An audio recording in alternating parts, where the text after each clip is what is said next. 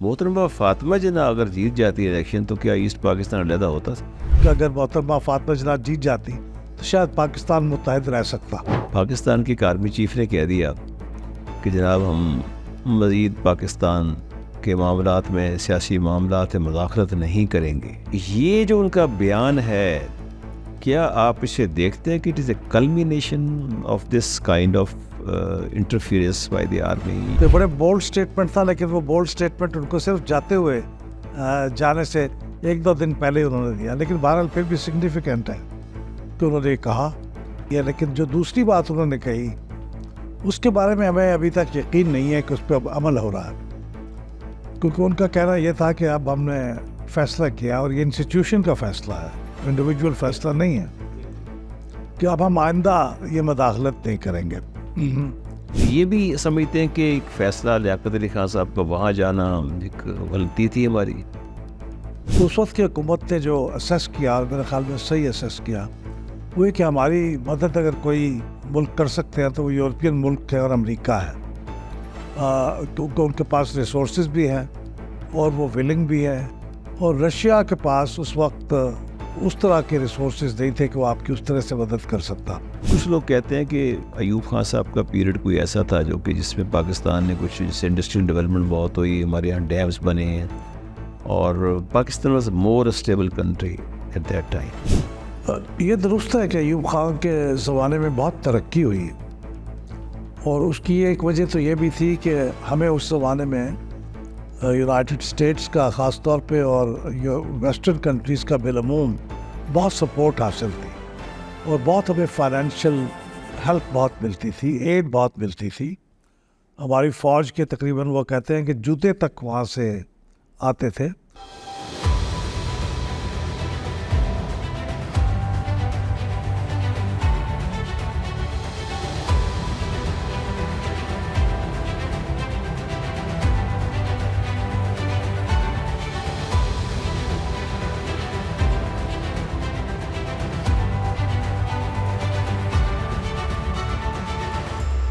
بسم اللہ الرحمن الرحیم.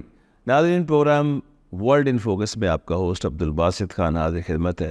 آج میرے ساتھ ایک اسپیشل گیسٹ ہیں، اور وہ اسپیشل گیسٹ جو ہیں وہ ایک ریپیوٹیڈ آرگنائزیشن ہے پاکستان کی، اس کا نام ہے پلڈیٹ. اس کے پریزیڈنٹ ہیں، میری مراد ہے جناب احمد بلال محبوب صاحب سے. ویلکم ٹو دی شو سر. اچھا سر، احمد بلال محبوب کے ساتھ اگر انجینئر لگ جائے تو یہ کچھ سمجھ میں نہیں آتا عام آدمی کے لیے. مختصر بتائیے کہ یہ آپ انجینئر تھے، پھر آپ پلڈیٹ میں آ گئے، تو یہ کیا ایک چینج جو آیا آپ کا، ایک ذاتی چینج تھا، سیلف ڈریون تھا، یا کوئی کسی کے کہنے پہ تھا؟ بہت شکریہ باسط صاحب. میں پہلے بھی کئی دفعہ کہہ چکا ہوں کہ یہ انجینئرنگ جو ہے ہمارے زمانے میں کیریئرز کا انتخاب ہمارے پیرنٹس کیا کرتے تھے. وہ بتاتے تھے کہ آپ نے کیا بننا ہے. تو میرے والد صاحب کا خواب یہ تھا کہ میں انجینئر بنوں، تو انہوں نے مجھے انجینئر بنایا اور میں بن گیا انجینئر. اور جب تک وہ حیات رہے میں نے انجینئرنگ کو پریکٹس کیا، پہلے کچھ چند سال پاکستان میں، پھر مڈل ایسٹ میں، کچھ امریکہ میں. جب وہ وفات پا گئے تو اس کے بعد میں نے سوچا کہ میں کوئی ایسا اب کیریئر آپٹ کروں جس سے میری اپنی دلچسپی ہو. انجینئرنگ ٹھیک تھا، میں نے نبھا لیا، چیف انجینئر کے لیول تک پہنچ گئے، کام کر لیا.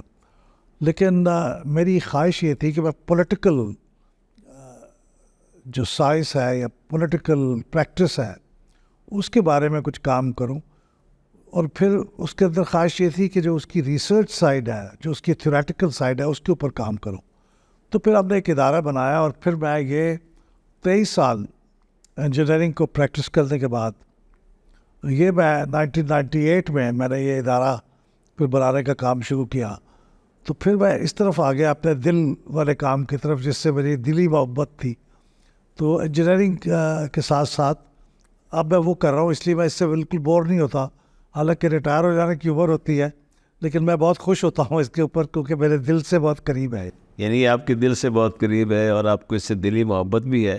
اور میرا خیال ہے کہ اس طرف آنے کی جو میں نے آپ کو دیکھا ہے، اس میں آپ کو اسٹڈی کیا تھوڑا سا، میں نے آپ کے انٹرویوز دیکھے ہیں، اس میں آپ انجینئرنگ یونیورسٹی کے صدر کے طور پہ بھی آپ نے فیض انجام دیے، صدر بنے. دیٹ مینس کہ آپ تھوڑا سا، چاہے وہ طلباء کی سیاست ہو، لیکن آپ دیکھیں کہ پاکستان میں تو طلباء کی سیاست قائد اعظم کے وقتوں میں بھی ہوا کرتی تھی، اور وہی ایک لیڈرشپ تھی جو ہمارے آگے چلتی آئی. تو یہ جو آپ کہتے ہیں کہ میں اس طرف آئے پل ڈیٹ کا ایک مختصر بتا دیجیے کہ یہ پل ڈیٹ کرتی کیا ہے، اور پل ڈیٹ کا جو ہے اس وقت اب کب سے، یعنی since inception you are as a president of the PILDAT. جی دیکھیے، پل ڈیٹ جو ہے Pakistan institute of legislative development and transparency, یہ آغاز اس طرح ہوا تھا کہ اوورسیز پاکستانی کچھ ہمارے دوست اور ہم سب مل کے تو یہ سوچتے کہ پاکستان میں ڈیموکریسی کچھ دن رہتی ہے اور پھر وہ انڈرمائن ہو جاتی ہے، پھر فوجی حکومت آ جاتی ہے. تو پاکستان میں ڈیموکریسی کو مضبوط کرنے کا کیا طریقہ ہو سکتا؟ تو ہم نے کچھ تھوڑا سا جائزہ لیا. میں باہر سے آیا تھا، خاص طور پہ کچھ میں نے وقت گزارا پروونشل اسمبلیز میں جا کے، نیشنل اسمبلی میں جا کے، الیکشن کمیشن میں کچھ لوگوں سے ملاقاتیں. تو ہماری اسیسمنٹ یہ تھی کہ ہماری پارلیمنٹ کو مضبوط ہونا چاہیے. تو ہم نے دیکھا کہ پارلیمنٹس کے اندر کوئی ریسرچ کا انتظام نہیں ہے، اگرچہ نام کے ریسرچ ڈپارٹمنٹ تو موجود ہے لیکن کوئی ریسرچ ہو نہیں رہی. اور ساتھ یہ بھی کہ جو پارلیمنٹیرینز نئے آتے ہیں ان کو اورینٹیشن دینے کا کوئی انتظام نہیں ہے. آپ دیکھیں، آپ خود ماشاءاللہ سینئر سول سرونٹ رہے ہیں، تو آپ کی ٹریننگ کا ایک نظام ہے. اکیڈمی کے اندر ٹریننگ ہوتی ہے، پھر ہر سٹیج کے اوپر پروموشن کے موقع پہ کورسز ہوتے ہیں ہوتی ہے. اس طرح آپ کو پتہ ہے ججز کی بھی جوڈیشل اکیڈمی ہے، اور ملٹری کے اپنے انسٹیٹیوشنز ہیں. نیشنل ڈیفنس یونیورسٹی اب ایک پینیکل پہ ہے. لیکن یہ جو پالیٹیشنز ہیں اور پارلیمنٹیرینز ہیں، ان کا کوئی انتظام نہیں تھا. تو ہم نے سوچا کہ ہم ایک ایسی سیٹ اپ کریں کہ کام کرنے کا تو پولیٹیکل پارٹیز کا ہے یا پھر گورنمنٹ کا ہے، لیکن جب تک وہ نہیں ہوتا تو ہم یہ کام کریں کہ ہم پولیٹیشنز کو اور پارلیمنٹیرینز کو اسپیسیفکلی ریسرچ پرووائڈ کریں تاکہ وہ ایک انفارمڈ ڈیبیٹ کر سکیں اسمبلی میں، یعنی خلاؤں میں ہواؤں میں باتیں نہ کریں. صحیح بات. تو ہم ہر سبجیکٹ پہ جو پارلیمنٹ کے اندر ڈسکس ہو رہی ہوتی تھی اس پہ ایک ریسرچ کر کے کتابچہ بنا کے ان کو تقسیم کرتے تھے، اور ان کا ایک اورینٹیشن بریفنگ سیشن بھی کر دیتے تھے.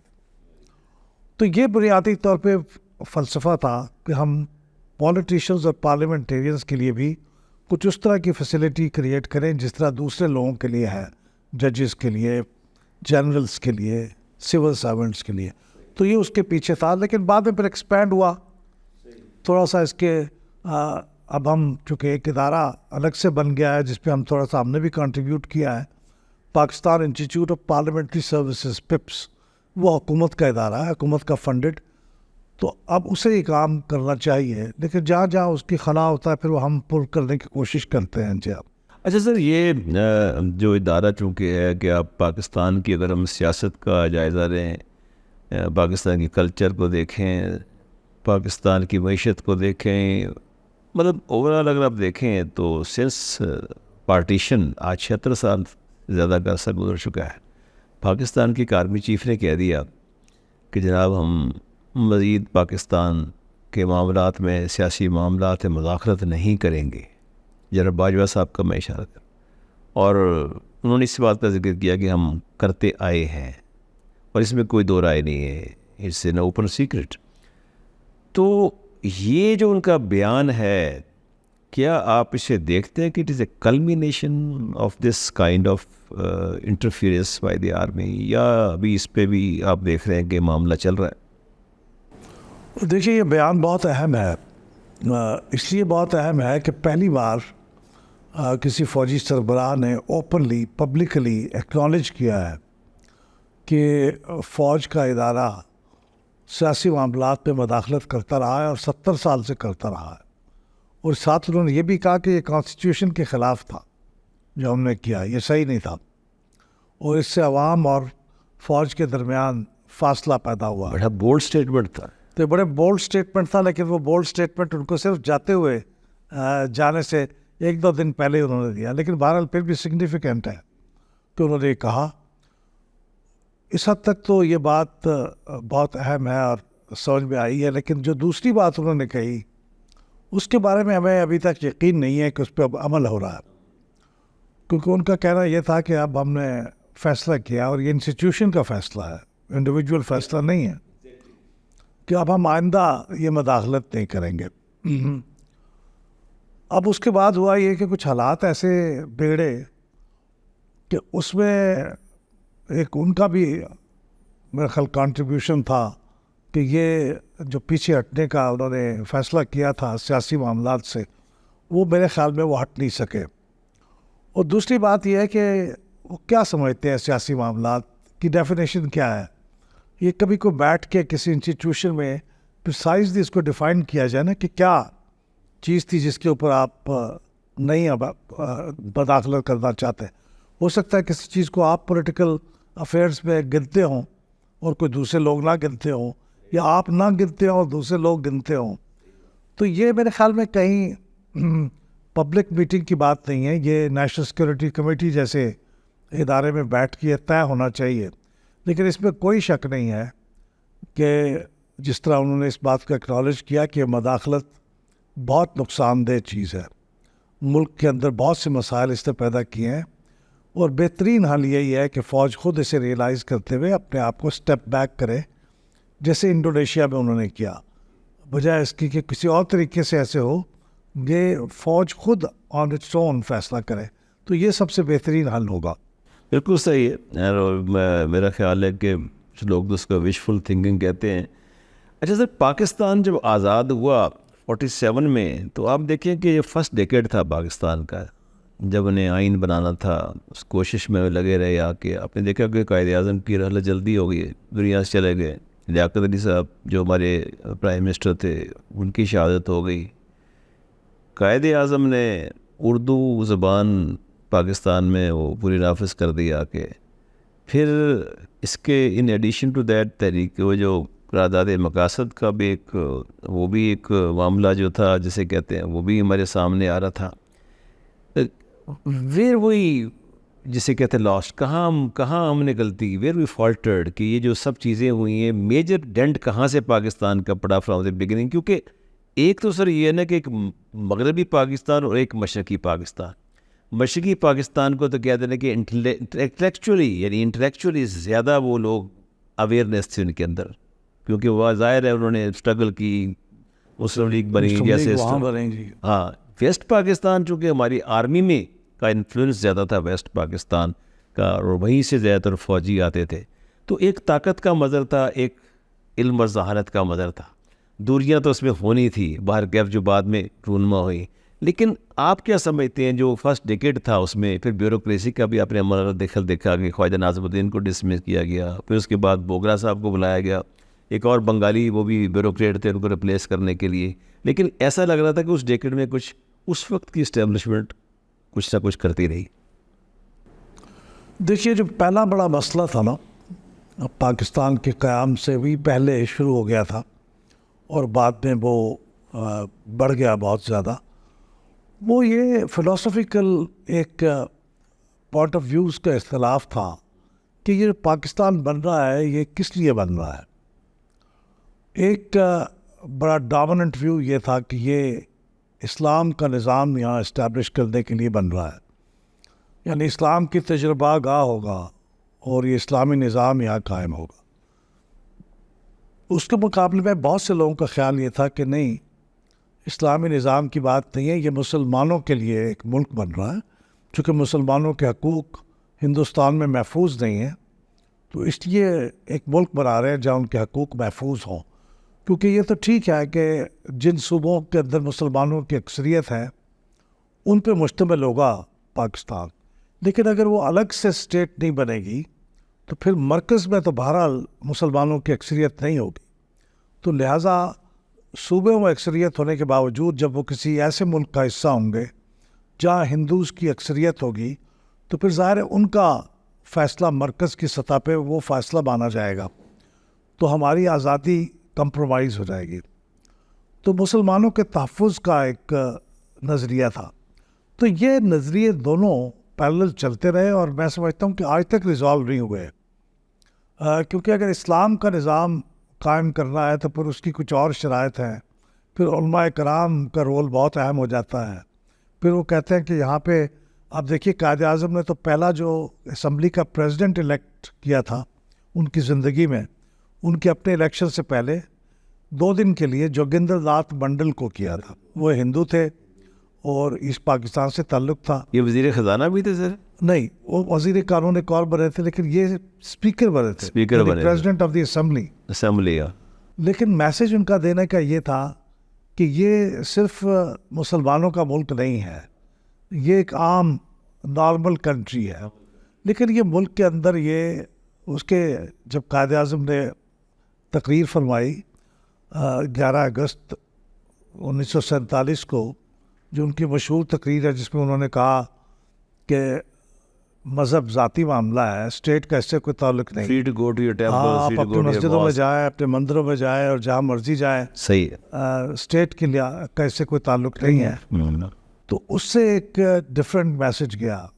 لیکن اسی سال لیٹر ان دا ایئر جب قرارداد مقاصد پاس ہوئی تو اس کا میسج بالکل اور تھا، اور اس کے پاس ہونے کے اوپر بھی یہ واضح ہو گیا تھا کہ وہ جو ہندو ممبرس تھے ہماری کانسٹیٹیوئنٹ اسمبلی کے، پہلی کانسٹیٹیوئنٹ اسمبلی تھی، ان سب نے اس کے خلاف ووٹ دیا. کانگریس کا وجود تھا اس وقت یہاں. جی، کانگریس بھی موجود تھا، آزاد پاکستان پارٹی بھی تھی، تو انہوں نے اس کے خلاف ووٹ دیا اور صرف مسلمانوں نے اس کے حق میں ووٹ دیا.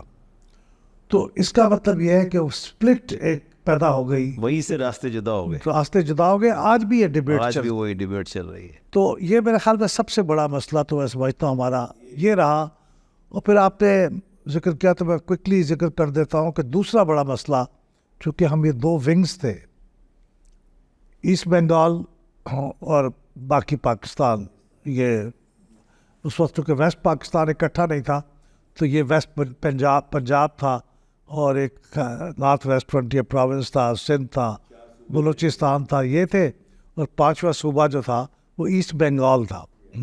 تو یہ 5 صوبے تھے. تو ایسٹ بنگال اور باقی ان 4 مغربی صوبوں میں بہت بڑا فاصلہ تھا، انڈیا درمیان میں تھا، 2200 کلومیٹر کا کہتے ہیں فاصلہ. یہ ممکن ہی نہیں تھا کہ پروونشل اٹانومی ایک بڑی ہائی لیول کی دیے بغیر اس ملک کا نظام چل سکتا. لیکن پروونشل اٹانومی ہم نہیں گرانٹ کر سکے اس لیول کی جیسی ہمیں ضرورت تھی. تو یہ پروونشل اٹانومی نہ دے سکنا اور اس کو مینج نہ کر سکنا، یہ ہمارا دوسرا بڑا مسئلہ رہا، جو کیا کسی حد تک اب بھی ہے، لیکن 18ویں ترمیم نے اس کو کافی حد تک حل کر دیا. اس کی وجہ سے اس پاکستان الگ ہوا. تو یہ 2 بڑے مسئلے تھے، نظریاتی ایک پولرائزیشن اور اس کا کوئی سیٹسفیکٹری سلوشن نہ ہونا، اور دوسرا پروونشل اٹانومی. اچھا سر، اس میں ایک اور بھی چیز جو اکثر ڈسکس ہوتی ہے، تاریخ کا حصہ ہے، کچھ لوگ اس کو اس طرح بھی انٹرپریٹ کرتے ہیں کہ جب امریکہ گئے ہیں لیاقت علی خان صاحب، اس وقت ان کو جانا چاہیے تھا رشیا میں، لیکن وہ ادھر چلے گئے. لیکن کچھ لوگ یہ بھی کہتے ہیں کہ وہاں سے تو کوئی فارمل انویٹیشن رشیا سے نہیں آئی تھی، جبکہ امریکہ نے کر دی تھی، تو لہٰذا that's why he went over there. اس ڈسیزن کے بعد آپ دیکھیں کہ پاکستان جو اپنے ہمسایہ جو نزدیکی ممالک تھے، بڑی طاقتیں تھیں، ان سے کچھ ذرا دوری اختیار ہوگی ان کی، جو کہ اوور آل ایک انٹرنیشنل پرسپیکٹو میں دیکھا جائے تو پاکستان کے لیے ایک فارن پالیسی کے لیے ایک دھچکا لگا بعد میں، اور ہم پھر اس طرح ایک ہی اس کے انڈر آگے، نیٹو کے آگے، پھر سیٹو سینٹو کے معاملات ہوئے آپ نے دیکھا، اور آہستہ آہستہ پھر وہ ہم اس کے محتاج ہوتے گئے امریکہ کے. لیکن ادھر سے ہمارا تو یہ بھی سمجھتے ہیں کہ ایک فیصلہ لیاقت علی خان صاحب کا وہاں جانا ایک غلطی تھی ہماری. میرے خیال میں تو اس وقت کے حساب سے وہ فیصلہ صحیح تھا، کیونکہ پاکستان جس پریکیریس یا نازک صورتحال میں تھا، بہت ولنریبل تھا انڈیا کے مقابلے میں، ہمیں خطرہ بھی تھا. تو اس صورتحال میں ہماری اگر کوئی مدد کر سکتا تھا تو وہ ایک سب سے بڑی کنسیڈریشن تھی اس وقت کہ کون ہماری مدد کر سکتا ہے.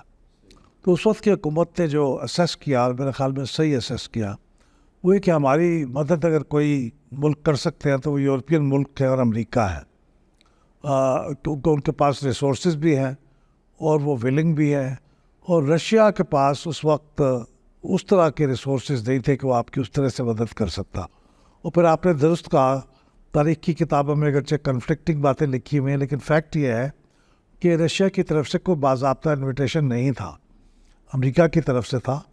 تو وہ میرے خیال میں فیصلہ اس وقت کا درست تھا، اگرچہ انڈیا نے کافی حد تک غیر جانبدار ملک ہونے کے لیے اس تحریک کا حصہ بھی رہے، نان الائن موومنٹ کا، اس نے اس کا فائدہ بھی اٹھایا، لیکن اس کے حالات کچھ مختلف تھے ہم سے.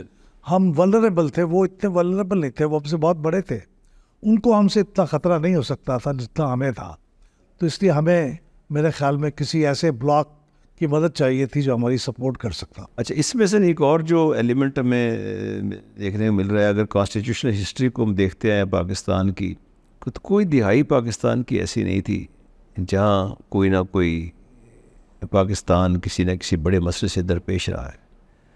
جیسے میں نے عرض کیا کہ 50 کی دہائی دیکھ لیں، پھر 60 میں دیکھ لیں، آپ آ کے 70 میں دیکھ لیں، 80 میں دیکھ لیں، 90s میں دیکھ لیں، جتنی دہائیاں آگے آتی گئی ہیں.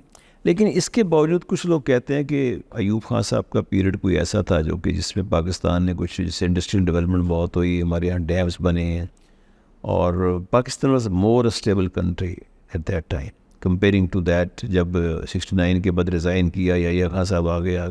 لیکن آپ اس سے اتفاق کرتے ہیں کہ کیا یہ جو ایوب خان کا دور تھا یہ ایک اچھا دور تھا، اور اس میں غالباً فیملی پلاننگ کے اوپر بھی بات ہوئی بہت، اور جس طرح دیگر معاملات میں ڈیولپمنٹ ہوئی. لیکن یہ اوور آل ایز اے، آپ چونکہ بلڈیڈ کے صدر بھی ہیں، تو کیا آپ اس چیز سے اتفاق کرتے ہیں کہ آرمی کا جو چیف ہو، یا اسے ڈکٹیٹر کہہ لیں، یا اس کو آمر کہہ لیں، یا اس کو پریزیڈنٹ کہہ لیں، کیا مارشل ایڈمنسٹریٹر کہہ لیں، کیا اس طرح کا جو نظام ہے ہمارے اس ملک میں، اس کو ایکسیپٹ کر لینا چاہیے؟ یہ درست ہے کہ ایوب خان کے زمانے میں بہت ترقی ہوئی، اور اس کی ایک وجہ تو یہ بھی تھی کہ ہمیں اس زمانے میں یونائٹڈ اسٹیٹس کا خاص طور پہ اور ویسٹرن کنٹریز کا بالعموم بہت سپورٹ حاصل تھی، اور بہت ہمیں فائنینشیل ہیلپ بہت ملتی تھی، ایڈ بہت ملتی تھی. ہماری فوج کے تقریباً وہ کہتے ہیں کہ جوتے تک وہاں سے آتے تھے. تو اور وہ ہماری بہت مدد بھی کر رہے تھے، مثلا ایگریکلچر کی ڈیولپمنٹ میں، نئے سیڈز کی ڈیولپمنٹ، نئی ورائٹیز کی ڈیولپمنٹ، اس میں انہوں نے مدد کی، انڈسٹریلائزیشن میں مدد کی. اور ریلیٹیولی چونکہ ان کا زمانہ سخت گیری کا زمانہ تھا، تو انہوں نے بہت امن و امان کی صورتحال پہ بہت پابندی رکھی ہوئی تھی. تو اس لحاظ سے ملک کے اندر بڑا پیس تھا اس لحاظ سے. لیکن پاکستان جیسے ملک میں جو جس کے اندر ڈائیورسٹی بہت ہے، ایسٹ پاکستان ایک بالکل الگ چیز تھی، ویسٹ پاکستان میں بھی 4-5 مختلف ایتھنک گروپس پائے جاتے ہیں، تو ان کی اپنی اپنی ایسپریشنز ہوتی ہیں. وہ صرف ایک ڈیموکریٹک سسٹم کے اندر ہی کو ایگزسٹ کر سکتے ہیں. آپ ان کو جبر کے تحت اگر دبائیں گے تو وہ پھر کسی وقت بیک فائر کرے گا. یہ تو سر ایک پوائنٹ آف ویو ہمارا ہو گیا نا کہ ترقی ہوئی، کامیابی ہوئی، بہتر گورننس تھی، لیکن اس کے ساتھ ساتھ آپ نے دیکھا ملک کے بڑے بڑے دانشور جو پولیٹیکلی ہم بہت پیچھے چلے گئے، اور مشرقی پاکستان میں سینس آف ایلینیشن پیدا ہوئی، اس سے دوری پیدا ہوئی. وہ پاکستان سے ان کو لگا کہ پاکستان ہماری مدد نہیں کر سکتا، ہمیں بلکہ پسماندہ رکھ رہا ہے، اور ہمارے ایکسپینس پہ ویسٹ پاکستان میں ترقی ہو رہی ہے. یہ ایک فیلنگ بڑی گرو یہ فیلنگ وہاں ہو گئی، کیونکہ ایوب خان صاحب کا تعلق ویسٹ پاکستان سے تھا. ساری طاقت کا منبع وہ تھے. ایسٹ پاکستان کے پاس، حالانکہ وہ جو گورنر ایسٹ پاکستان تھا وہ بھی اپوائنٹ ایوب خان کرتے تھے، تو پروونشل اٹانومی کا کوئی تصور نہیں تھا. It was a totally controlled system under Ayub Khan. اور چونکہ ایوب خان ویسٹ پاکستان کے تھے، تو ویسٹ پاکستان کے خلاف ایک نفرت یا ایک معاندانہ جذبات پیدا. اگر صرف محترمہ یہ جو ہماری قائد ملت کہہ سکتے ہیں محترمہ فاطمہ جناح اگر جیت جاتی ہے الیکشن، تو کیا ایسٹ پاکستان علیحدہ ہوتا؟ تاریخ کے بارے میں یہ کہنا بڑا مشکل ہوتا ہے کہ کیا دھارا بہتا رہتا یا مختلف ہو جاتا، لیکن میرا خیال یہ ہے کہ شاید تاریخ مختلف ہوتی. اس لیے مختلف ہوتی کہ محترمہ فاطمہ جناح کو ایسٹ پاکستان میں بہت سپورٹ حاصل تھی، اور ڈھاکہ میں انہوں نے انتخاب جیتا بھی تھا، اور ان کے جو چیف پولنگ ایجنٹ تھے وہ شیخ مجیب الرحمان تھے، جو بعد میں عوامی لیگ کے لیڈر بنے. تو اس لیے فاطمہ جناح صاحبہ کو چونکہ پاکستان کے دونوں حصوں میں مقبولیت حاصل تھی، اور وہ جمہوریت کے اس تصور کی قائل تھیں جو قائد اعظم کا تھا، جس میں جبر نہیں ہونا تھا، تو اگر وہ الیکٹ ہو جاتی ہیں اور اس کے بعد انہوں نے یہ کہا تھا کہ میں تو خود انٹرسٹڈ نہیں ہوگی پاور میں، تو وہ ایک سسٹم اسٹیبلش کر کے وہ ریٹائر ہو جاتی تو شاید تاریخ ہماری کو تو مختلف ہو ہماری سکتی تاریخ تھی. شاید مختلف ہوتی ہے، شاید اس پاکستان الگ نہ ہو سکتا. یعنی 1971 میں بھی جب وہ علیحدہ ہوا تو اگر ہم اس وقت بھی پولیٹیکلی معاملے کو ڈیل کر لیتے تو شاید علیحدگی کے زخم خانے سے بچ جاتے. لیکن چونکہ وہ سیاستدان نہیں تھے، جو لوگ اس وقت ہیلتھ افیئرس پہ تھے وہ فوجی تھے، فوجی نقطہ نظر رکھتے تھے، تو ان کو یہ سیاسی معاملات کو ہینڈل کرنے میں ذرا دقت ہوتی ہے. تو اس لیے میں سمجھتا ہوں کہ کسی حد تک میں زیادہ پر امید ہوتا کہ اگر محترمہ فاطمہ جناح جیت جاتی تو شاید پاکستان متحد رہ سکتا. بہت شکریہ sir, very nice talking to you sir, thank you very much for coming. Thank you. ناظرین، یہ تھے جناب انجینئر احمد بلال محبوب صاحب، اور ہم نے جو آج کانسٹیٹیوشن ہسٹری کی جو تھوڑی سی گفتگو کی ہے وہ پارٹیشن سے لے کے ہم نے تقریباً ہم آگے ہیں ایوب خان صاحب کے آخری دور میں. اس سے آگے جو دور ہوگا انشاءاللہ نیکسٹ ٹائم اس سے آگے گفتگو کریں گے. اس کے ساتھ ہی اپنے ہوسٹ عبدالباسط خان کو اجازت دیجیے. اللہ حافظ.